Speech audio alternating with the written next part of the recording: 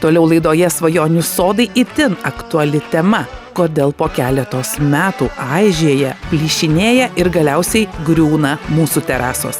Priežasčių yra nemažai, o svarbiausios iš jų – nesąžiningas verslas, kuris prekiauja nekokybiškais gaminiais, netinkamai parinktos medžiagos, netinkama vieta. Kaip neapsigauti, kalbėsime pas jau apgautą baleto primarijų Nerijų Jušką. Svečiai, kas ateina, iškart krinta visiems į akis terasa. Tai terasa turi būti kiemo puošmena, tu eini pro vartelius, viena terasa kiemo puošmena ir kita terasa. O dabar gėda, ką nors į svečius kviestis, nes visa terasa atsilopojusi, lentos suplyšinėjusios, tai viskas, o žiema ant nosies, tai dabar dar gaus lietaus, šalčio, sniego, tai man tos lentos iš vis išplyšinės. Baisiausiai yra tai, lentos pradėjo skilinėti man per pusę.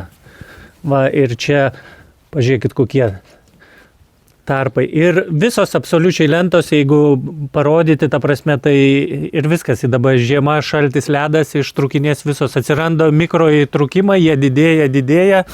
Ir viena terasa, ir kita terasa, tai tie juoduliai, aš nežinau, neina man su jais niekaip kovoti pavasarį.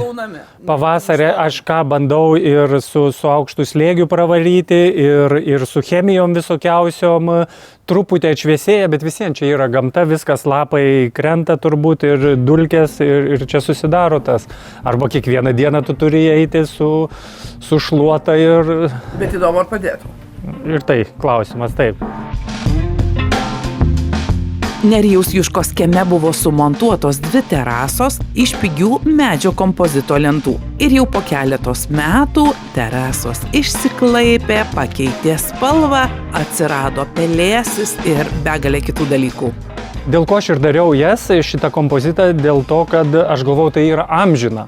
Ir tai kuo toliau, tuo bus baisiau. Tai praktiškai visos lentos atsiranda jau visose lentose pažiūrėjus, atsiranda tos siūlės įtrūkimai. Tai kuo toliau, tuo bus baisiau, tai reikia vėl visą terasą keisti.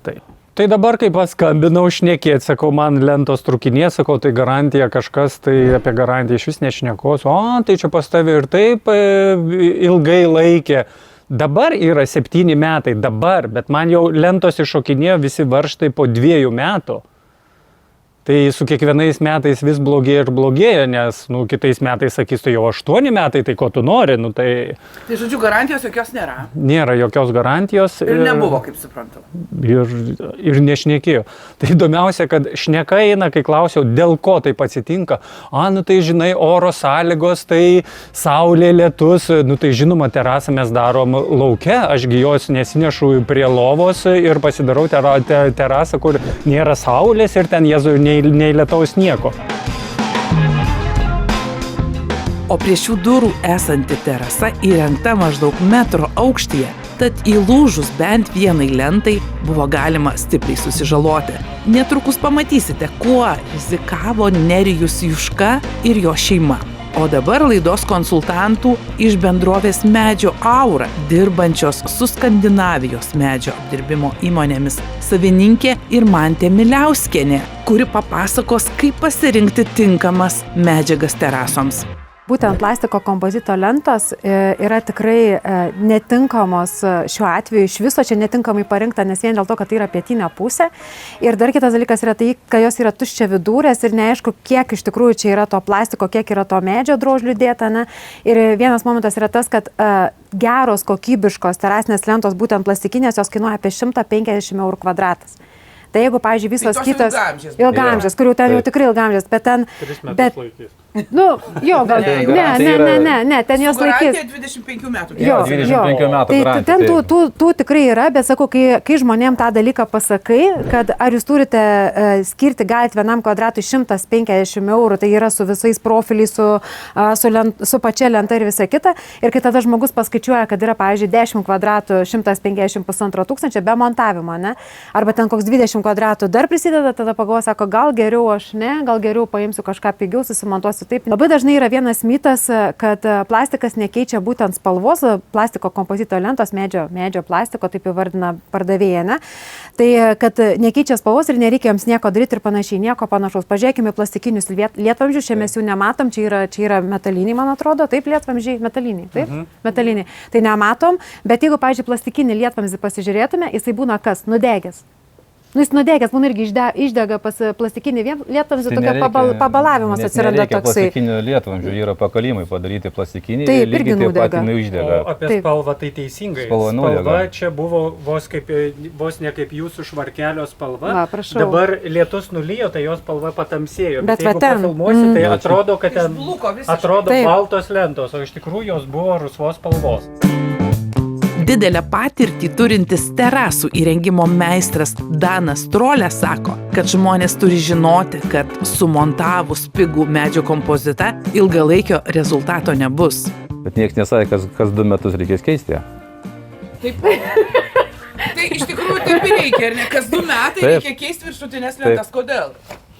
Dėl to, kad jos šitas, kiek esu pastebėjęs, esu montavęs tokį dalyką ir sudulėjęs nuo gamtos sąlygų. Iš tikrųjų, šaltis, šiluma, karštis, vėdinimas gal blogas yra paduodamas ir viskas. Nes šiandien toks kampas čia, gal jos ir tinka.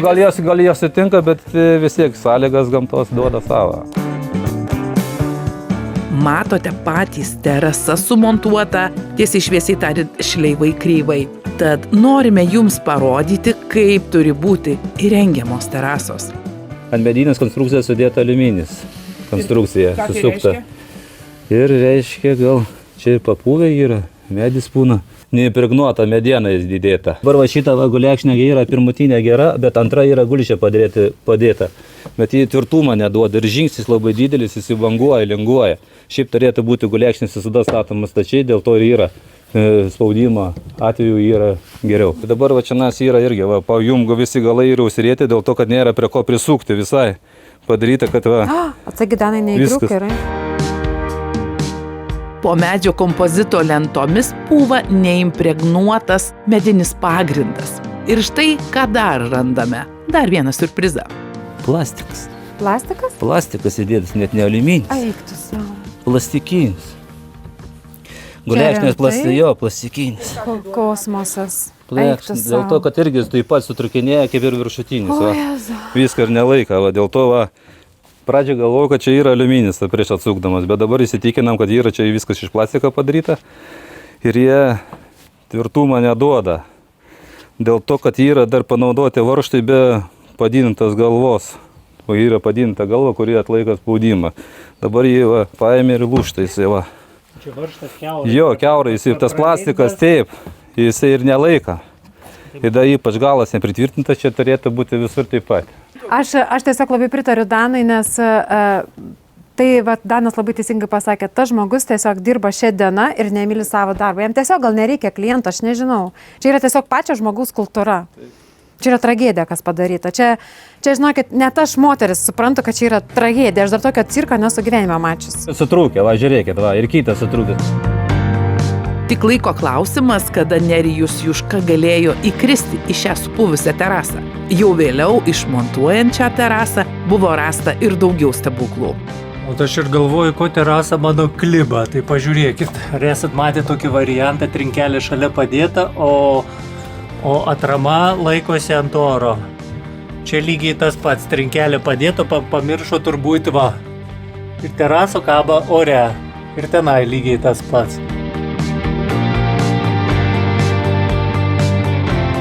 Labai apsimoka Lietuvoje želdinti, visi želdina, visi užsidirba. Eisiu ir aš.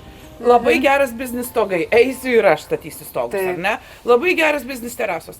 Ir eina ir daro žmonės apie tai neturintį žalio supratimo. Jo, supranti,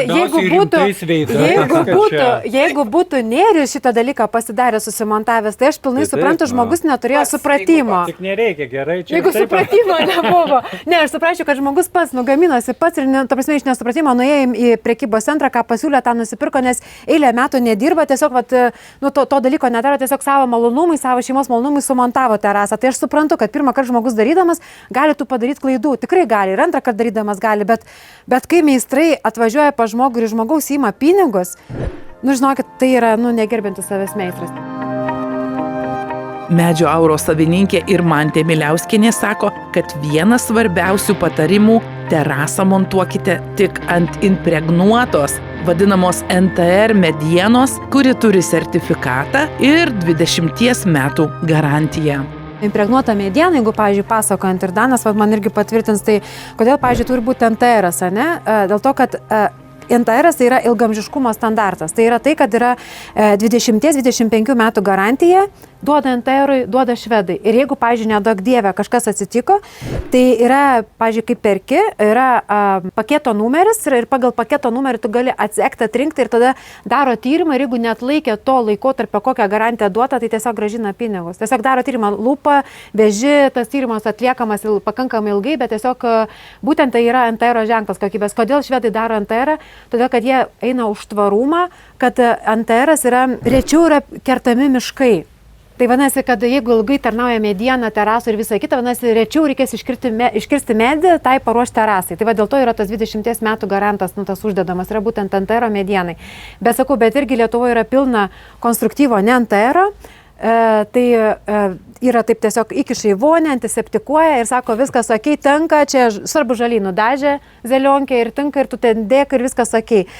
Nieko panašus, ta zelionkė, ten, kaip aš sakau, atsiprašau, negražiai pasakysiu zelionkė kabutėse, bet tas visas žalias apgaulė būtent, kad nutepu, tai tas pats, kas yra ranka nutepti, ar vonė įmerkiu, ar tas pats, kas ranka, praktiškai tarnaimo laikas yra 3, 4, 5 metai ir viskas, nes ten daugiausiai drėgmės yra, mes visą laiką įsivaizduojam, kad ten, kas ten yra, atrodo, nesimato, apsaugota, prapučia vėjas ir viskas gerai, bet nieko panašaus, ten yra drėgmė, ten praktiškai saulė nepasiekia, ten nuolatinė yra drėgmė, ten yra grybas gali augti ir visa kita, ten yra drėgmė. Ir jeigu yra jinai ne NTR impregnuota mediena, tai tiesiog, tiesiog yra žmonės sutaupo toje vietoje, kaip aš sakau, dažnai pasiema prie statybų liko paletė, liko lentgalių krūva kokia, ten dar kažkas liko, sudėsi į apačią, nesimatys, iš prekybos centro nutepsiu kažką nusipirkus, ne, ir bus viskas, sakai, man laikys, tarnaus ir dar kiti dar užtepa tos vadinamos liaudiškai, kaip ta vadinasi, atrabotkę dar sako. Kažkokia dar tepa tą atrabotkę dar ten. Bet va čia problema yra, kad va čia nes maža vėdinimo yra, paprasta mediena, ten gal tik antiseptikuota yra. Taip.